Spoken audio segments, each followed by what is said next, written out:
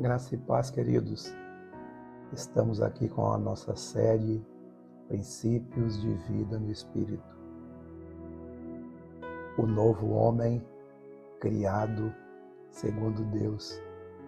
Hoje o nosso capítulo é o capítulo 12, a continuação do capítulo 11, ou seja, a parte 2. E o assunto que nós vamos concluir hoje é: se Deus é Espírito, como eu posso me relacionar com Ele? Toda essa série está baseada no livro de Efésios, capítulo 4, versículo 22 a 24, que diz assim, que no sentido de que, quanto ao trato passado, vos despojeis do velho homem que se corrompe segundo as concupiscências do engano, e você se renove no espírito do vosso entendimento, e vos revista do novo homem, criado segundo Deus, em justiça e retidão procedentes da verdade. Quando nós abordamos o capítulo 11, nós mencionamos o texto ali de João capítulo 4, do versículo 19 a 24, onde Jesus tem um diálogo com a mulher samaritana. E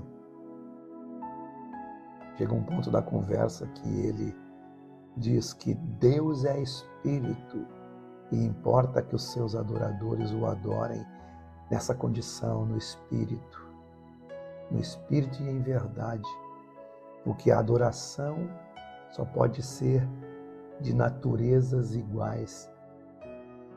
Quando o homem nasceu de novo, ele recebeu a nova vida em si, a vida perdida no Éden por nosso pai Adão, e retomou essa conexão. O acesso ficou livre à conexão com Deus. Relembrando o conceito do homem. O homem é um espírito que possui uma alma e habita num corpo. O espírito humano é a conexão, é o contato com o mundo do espírito. A alma é o contato com o mundo interior, é o contato da pessoa consigo mesmo. E o corpo é o contato com a matéria, com o mundo físico. No corpo, nós temos os sentidos, as sensações, e as portas de entrada do corpo são os órgãos dos sentidos, a visão, a audição, o paladar, tato, gustação, são comunicações. Todos esses contatos são comunicações. Também a locomoção, o instinto natural está no homem. Existem reações no homem que, por causa do pecado, foram degeneradas e nós precisamos exercer domínios sobre elas. Existem instintos básicos, instinto de defesa, de sobrevivência, instinto sexual, enfim.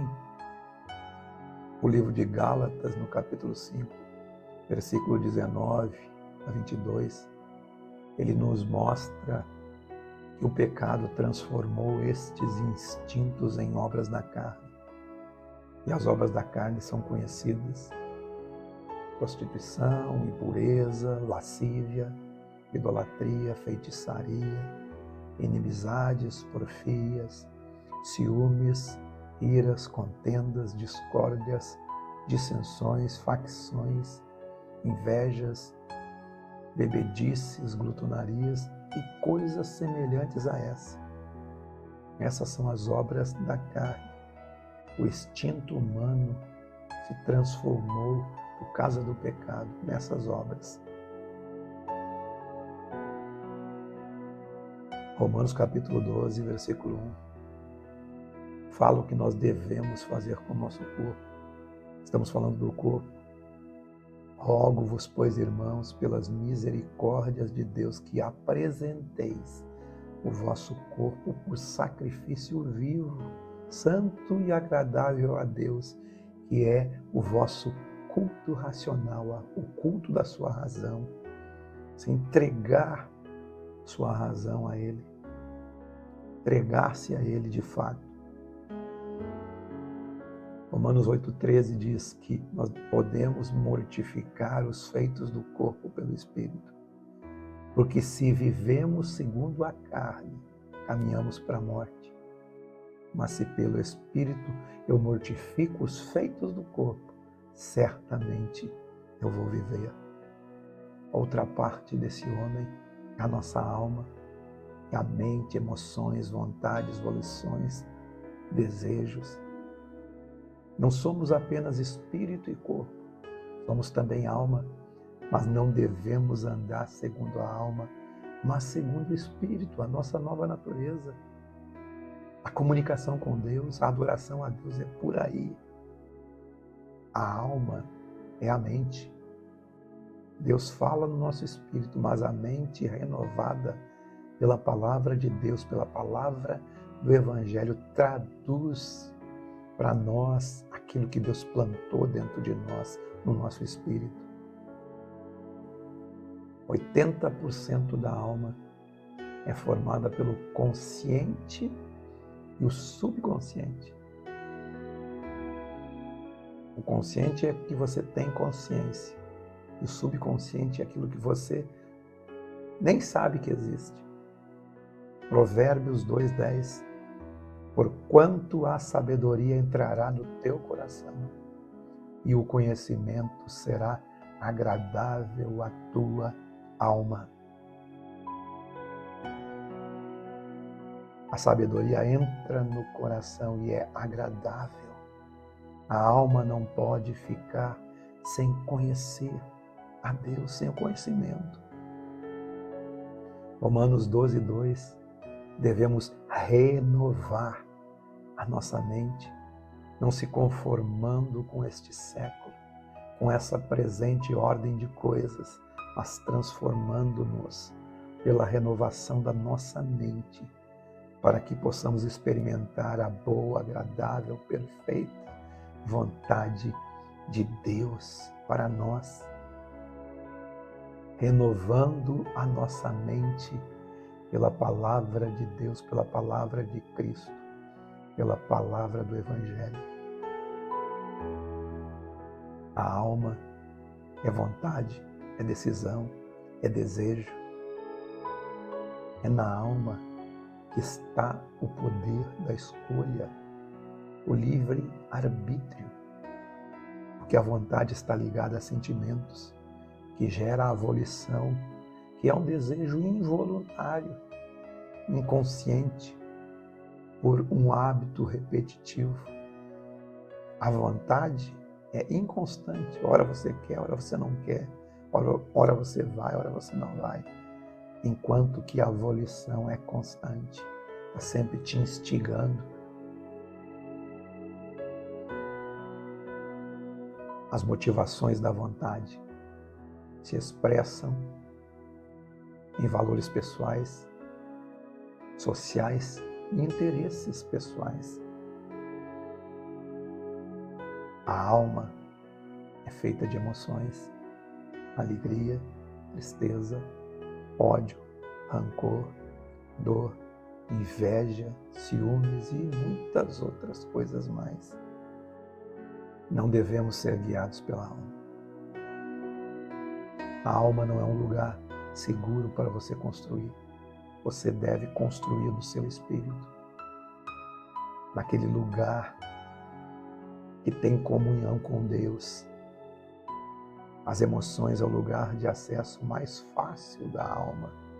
Entrar nas emoções, que afeta profundamente, que é afetada profundamente por intermédio do meio em que vivemos e traz marcas sobre nós a vida toda. Devemos estabilizar as nossas emoções.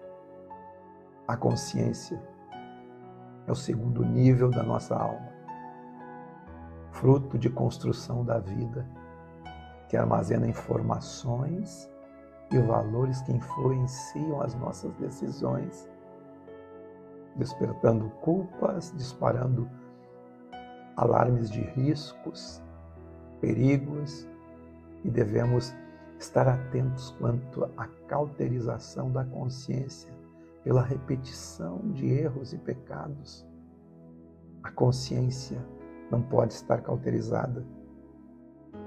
O Espírito afirma expressamente que nos últimos tempos muitos apostatarão da fé por obedecerem espíritos enganadores e a ensinos de demônios, pela hipocrisia dos que falam mentiras e que têm a consciência cauterizada. Isso está em 1 Timóteo capítulo 4, versículo 2. Mantenha uma consciência viva no Evangelho, não cauterizada, não apagada. Acabe com a cauterização da consciência no engano e no erro. Por intermédio da palavra de Deus, você pode sair do engano e do erro. Existe a consciência factual, que é ligada ao fato e circunstâncias contrárias à fé. Porque nós andamos por fé e não por vista. Andamos por aquilo que cremos e não naquilo que vemos. 2 Coríntios capítulo 5, versículo 7. Tem a consciência excitante que te excita na hora de decidir, a hora de decidir pelo certo e pelo errado. Ou pelo contrário, decida pela fé. Não decida pelo que você vê.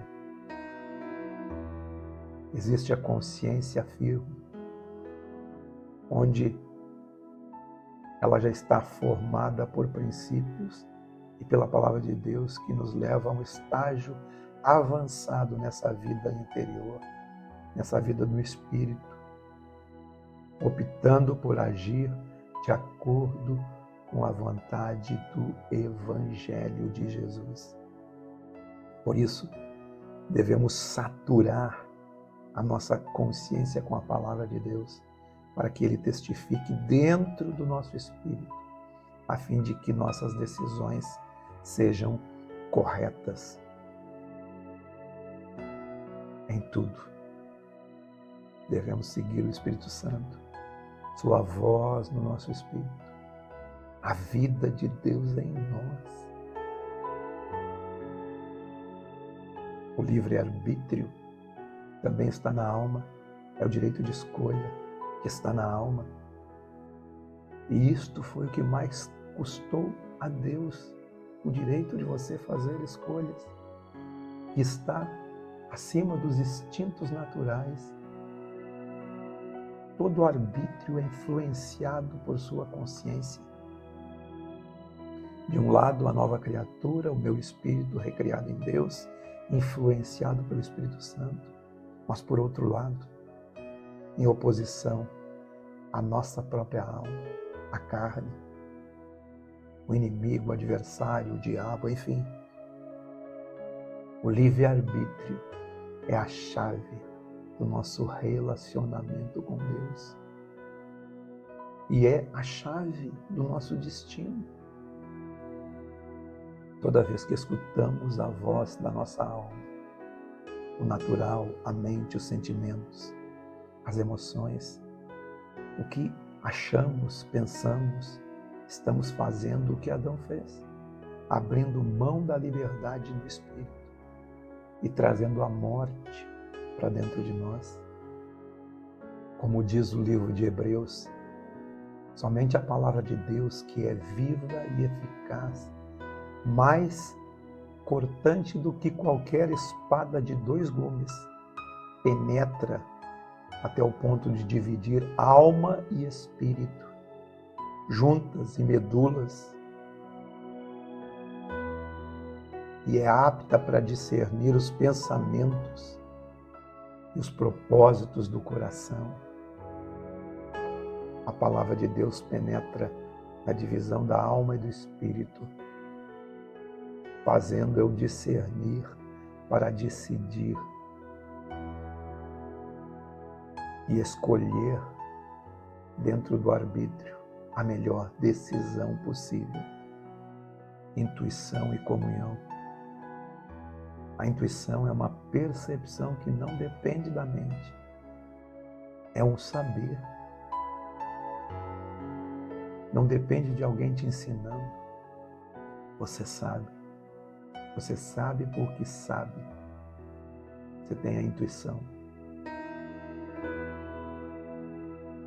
Não é um saber mental, mas testificado dentro do Espírito, que fala dentro de você. É um ensino de Deus que você sabe, sem ninguém ter te ensinado antes. Quem não nasceu de novo tem um espírito apagado. Tem intuição, mas não do Espírito Santo. São intuições de outras partes. 1 João, capítulo 2, versículo 27, diz que a unção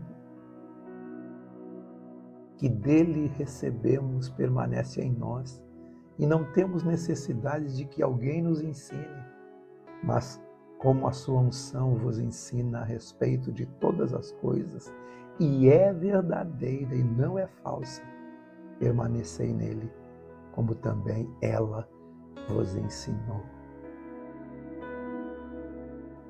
Tanto o livro de Jeremias, capítulo 31, versículo 3 e Hebreus 8, 11, fala que todos me conhecerão, diz o Senhor.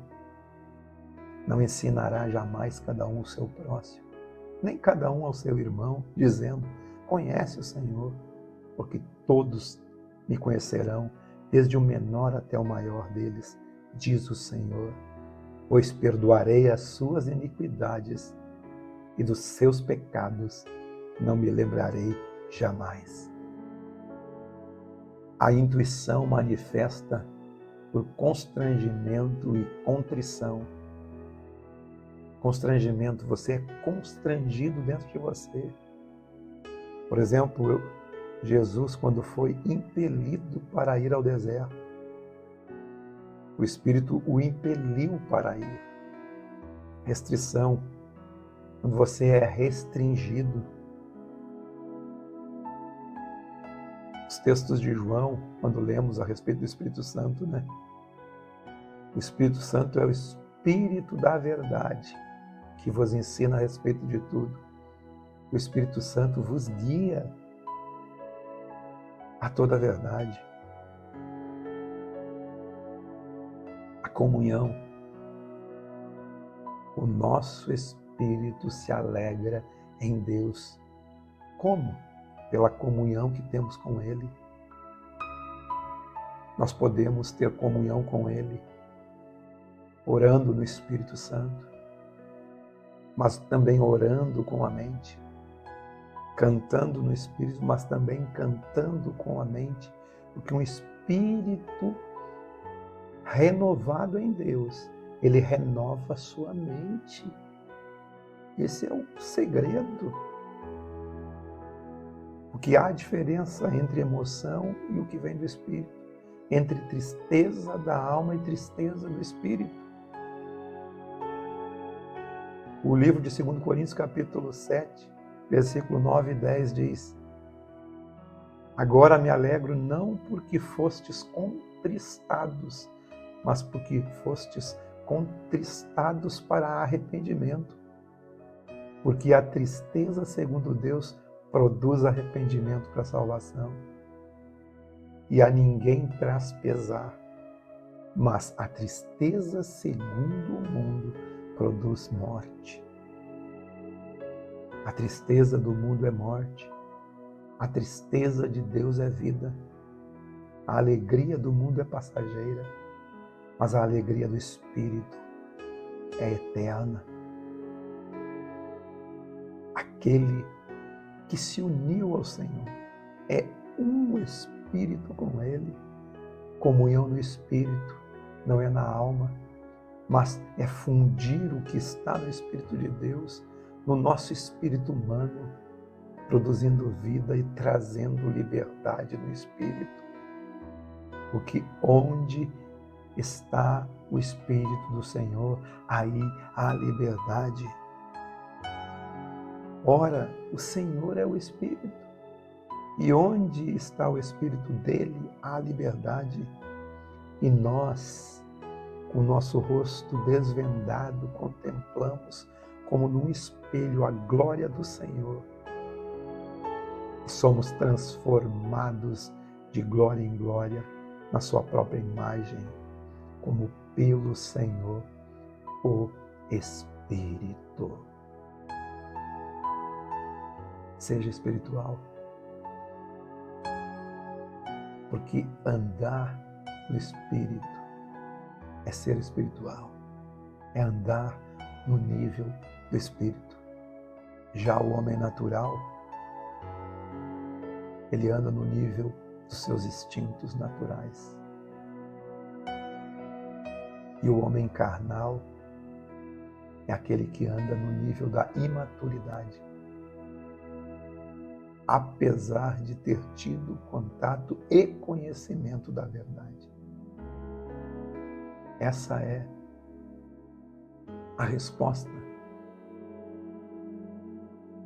para a pergunta que fizemos nesses dois capítulos, capítulo 11 e 12. Se Deus é Espírito, como posso me relacionar com Ele? Apenas através do Espírito. E esse é o final desse assunto, capítulo 12. Eu aguardo vocês no capítulo 13, onde continuaremos com nossa série Princípios de Vida no Espírito, o novo homem criado segundo Deus. Amém? Deus abençoe todos vocês e eu aguardo a todos numa outra oportunidade. Tchau, tchau.